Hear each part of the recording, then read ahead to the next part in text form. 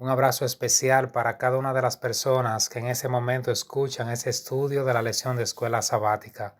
Bienvenido a tu escuela sabática. Queremos compartir una lección sumamente interesante, la lección número 5, testificar con el poder del Espíritu. Oremos, Padre Celestial. Queremos tener oraciones de poder, milagros. Queremos que pasen cosas poderosas, así como pasó con la iglesia del Nuevo Testamento. Que tu presencia esté en nuestro medio, que podamos clamar hasta recibir tu Espíritu Santo, ser investido de poder para dar el último mensaje a este mundo. En el nombre de Jesús. Amén y amén. Cuando Jesús ordenó a los primeros creyentes, id por todo el mundo a predicar el Evangelio a toda criatura, debe haber parecido una misión imposible. ¿Cómo podrían lograr un desafío tan grande? Sus números eran pequeños, sus recursos eran muy limitados. Era un grupito de creyentes comunes sin educación, pero tenían un Dios extraordinario que los llenaría de poder para realizar una misión extraordinaria. Jesús declaró: pero recibiréis poder cuando haya venido sobre vosotros el Espíritu Santo, y me seréis testigos en Jerusalén, en toda Judea, en Samaria y hasta lo último de la tierra. Así que el derramamiento del Espíritu Santo le permitió a este pequeño grupo predicar la palabra con poder y a través del Espíritu Santo cambiar tantas vidas y sobre todo a un mundo. El Espíritu Santo hizo eficaz su testimonio y en pocas décadas el Evangelio impactó al mundo entero, hasta tal punto que Hechos 17:6 dice que trastornaron al mundo. La iglesia del siglo XXI necesita trastornar al mundo y no que el mundo trastorne a la iglesia impidiéndole cumplir la misión. La lección de esta semana nos enfocaremos especialmente en el papel del Espíritu Santo en nuestro testimonio a favor de Cristo. Vamos al estudio.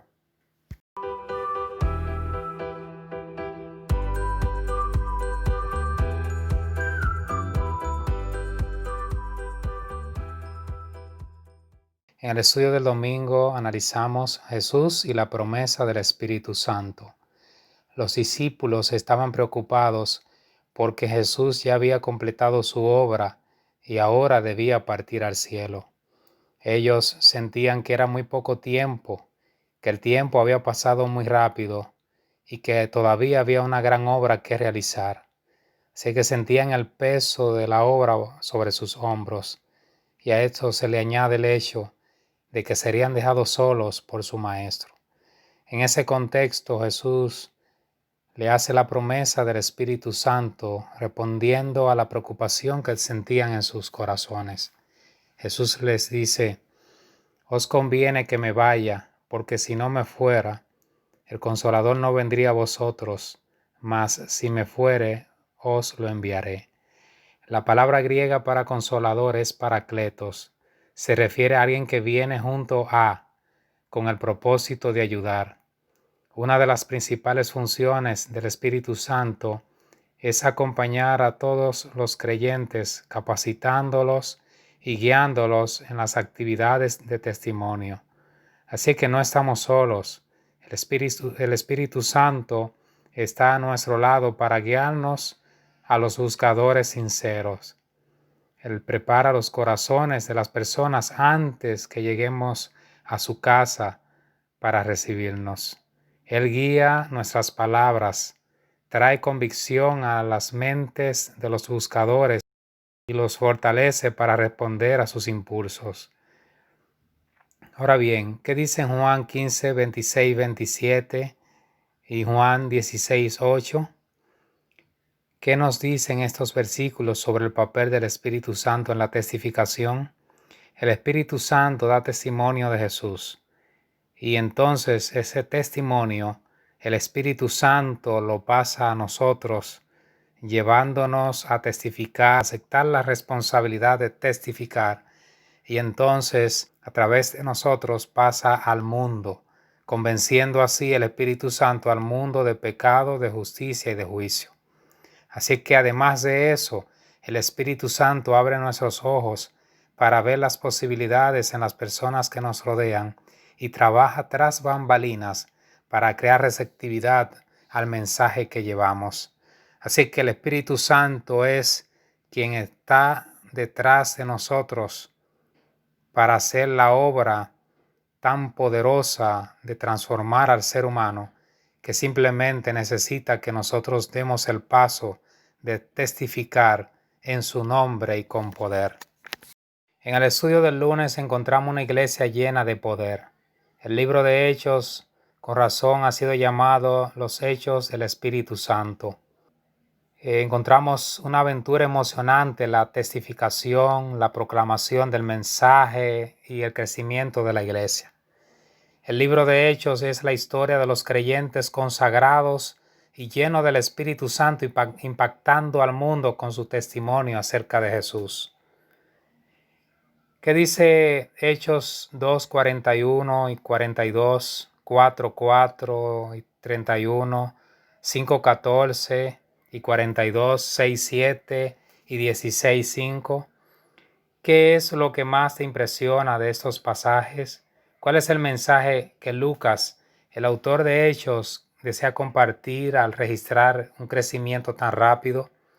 La intención de Lucas es compartir con cada lector el ministerio del Espíritu Santo en la iglesia primitiva, lo que está pasando en la iglesia como fruto de haber recibido el Espíritu Santo y de tener el Espíritu Santo en su medio.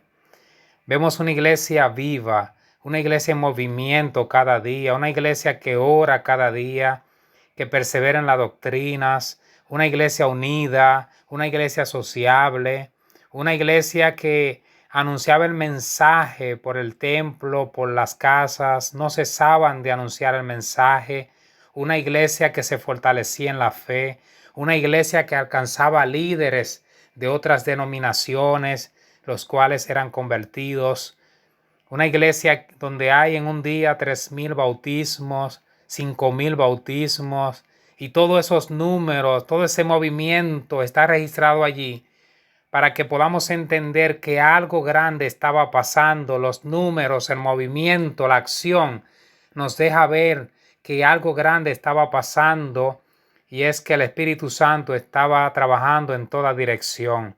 Así que cuando el Espíritu Santo está en mi vida, me saca de la monotonía y el cansancio espiritual. Y es precisamente lo que necesita la iglesia del siglo XXI. El Espíritu Santo a ese nivel que pueda transformar primero nuestras vidas, la vida de las personas con las cuales trabajamos u oramos. Así que el Espíritu Santo trabajó en multitudes, pero también de manera personal convirtió al carcelero de Filipos, al etíope y a tantas personas más. A veces estamos asustados porque se bautizaron 50, pero no, el Espíritu Santo no tiene medidas. Así que es tiempo de que el Espíritu Santo nos use así como usó a los apóstoles, haciendo milagros y maravillas, y sobre todo teniendo como centro la misión de la iglesia. ¿Es la misión el centro de tu vida? ¿Es la misión el centro de tu iglesia local? En el estudio del martes analizamos el Espíritu Santo y la testificación. A lo largo del libro de los Hechos, el Espíritu Santo está poderosamente presente, y esto se refleja en una testificación sin precedentes. El Espíritu Santo ministraba a los creyentes mientras ellos testificaban por su Señor en diferentes formas en que lo hacían. No todo era color de rosa, pues eran fortalecidos para, en medio de la prueba y los desafíos, ser testigos en una cultura hostil. En Hechos 7:55, 8:29, 11:15, 15:28 y 29 y 16, 6 al 10, cómo ministró el Espíritu Santo a los discípulos que testificaban en cada una de las experiencias enumeradas en estos versículos de la Biblia. En otras palabras, ¿cuáles fueron algunas de las diversas cosas que hizo el Espíritu Santo en esas situaciones? Es interesante que aún siendo apedreado, Esteban testificó acerca de su Señor. Pero también el Espíritu Santo le indicó a Felipe el hecho de acercarse al etíope y también testificar. Pedro recibió una señal de confirmación cuando los creyentes gentiles recibieron al Espíritu Santo. Pero también vemos que la decisión del concilio de no imponer carga alguna más que lo necesario a los miembros de la iglesia fue dirigido por el Espíritu Santo y los apóstoles, no permitiendo así que la iglesia fuera dividida. Pero también es interesante que Pablo, los apóstoles, los ancianos que iban a presentar la palabra a Asia, el Espíritu Santo les prohibió hablar la palabra en Asia. Así que necesitamos el Espíritu Santo en nuestro medio con esa dinámica, indicándonos si aquí vamos, si no vamos, si tenemos alguna reunión, qué es lo que vamos a decidir, si hay algún milagro, cómo es que lo va a realizar a través de nosotros. Y así necesitamos que el Espíritu Santo sea el protagonista en la vida nuestra y de nuestra iglesia. El Espíritu Santo anhela llenarnos de poder, fortalecernos, enseñarnos y guiarnos, unificarnos y enviarnos a la misión más importante del mundo, que es llevar a los hombres y las mujeres a Jesús y a su verdad. En el estudio del miércoles vimos el Espíritu Santo, la palabra y la testificación. La palabra de Dios estaba en el corazón mismo del testimonio de la iglesia del Nuevo Testamento. El sermón de Pedro en el día de Pentecostés se basó principalmente en el Antiguo Testamento para demostrar que Cristo era el Mesías. El discurso final de Esteban fue un repaso a la historia de Israel en el Antiguo Testamento. El apóstol Pablo se refirió una y otra vez a las grandes predicciones del Antiguo Testamento sobre la venida del Mesías. Felipe, cuando se encontró con el etíope, también le explicó el significado de la predicción mesiánica de Isaías 53. Así que los apóstoles no predicaban cuentos, alegorías, sueños, predicaban a Cristo y a este crucificado. Así que las escrituras eran el centro de su mensaje. Ahora bien, ¿qué dicen Hechos 4, 4 y 31, 8, 4, 13, 48 y 49, 17, 2, 18, 24 y 25? ¿Qué nos enseñan estos pasajes acerca de la relación entre el Espíritu Santo, la palabra de Dios y el testimonio de la iglesia del Nuevo Testamento? Vemos a Pedro predicar y que se convierten 3,000, luego 5,000. Pero también vemos que en medio de la persecución, la iglesia predicaba la palabra. Los gentiles escuchaban la palabra. Y es interesante que allí en Tesalónica Pablo discutió por 3 sábados seguidos basándose en las escrituras. También señala que Apolo era elocuente y poderoso en las escrituras, ferviente en espíritu, aunque solo conocía el bautismo de Juan.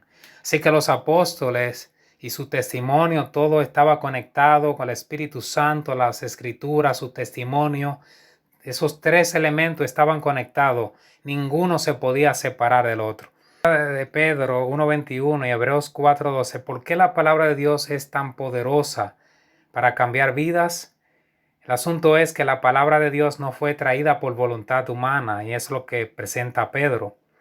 Pero también Hebreos dice que la palabra de Dios es viva y eficaz, más cortante que una espada de doble filo, que penetra hasta partir el alma, el espíritu, las coyunturas, los tuétanos, que disciernen los pensamientos y las intenciones del corazón. Así que usted puede leer un libro de filosofía, de historia, y usted queda igualito. Pero cuando usted lee la palabra de Dios, es transformado porque el Espíritu Santo está detrás de la palabra y Él lleva a cabo esa obra poderosa de transformación cuando tomamos de la mano la palabra de Dios. Finalmente, en el estudio del jueves vimos el poder transformador del Espíritu Santo. Hechos revela a Dios obrando milagros en la vida humana a través de su Espíritu Santo. Hechos es un estudio de caso sobre el triunfo del Evangelio sobre los prejuicios culturales, transformando hábitos arraigados en toda la vida y enseñando a toda la humanidad la gracia y la verdad de Cristo.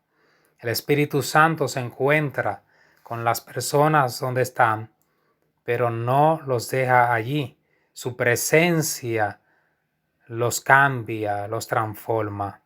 Hechos 16, 11 al 15 y 23 al 34, 17, 33 y 34 y 18, 8.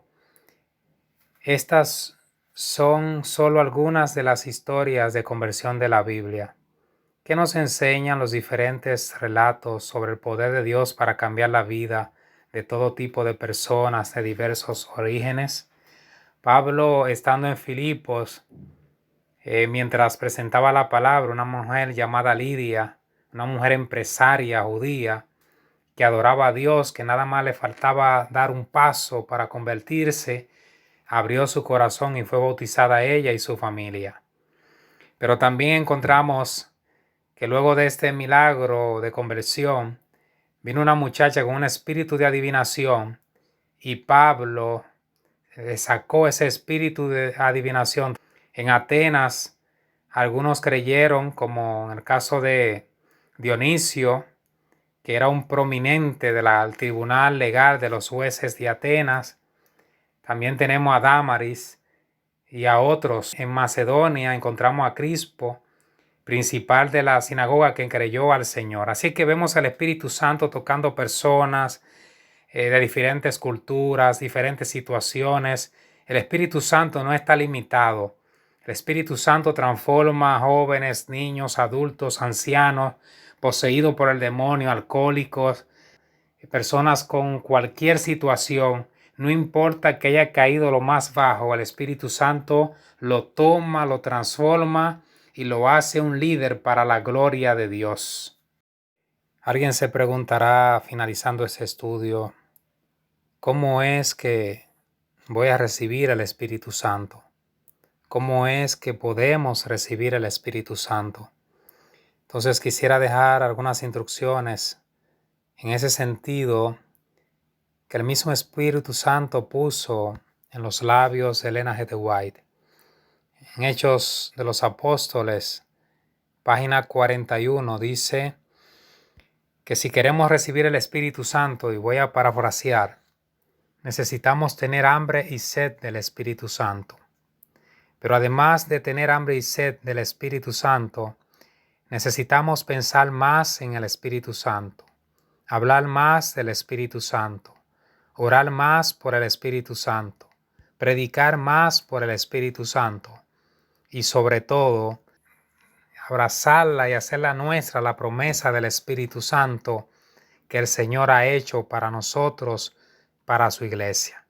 Te invito a que en el nombre de Jesús podamos hacer nuestra esa promesa y que de aquí en adelante, en este día, el Espíritu Santo nos use permanentemente con poder para la gloria de su nombre. En el nombre de Jesús. Amén. Dios te bendiga. Si sientes el deseo de suscribirte, toca el botón donde aparece la foto y suscríbete, pero también comparte. Dios te bendiga y te guarde.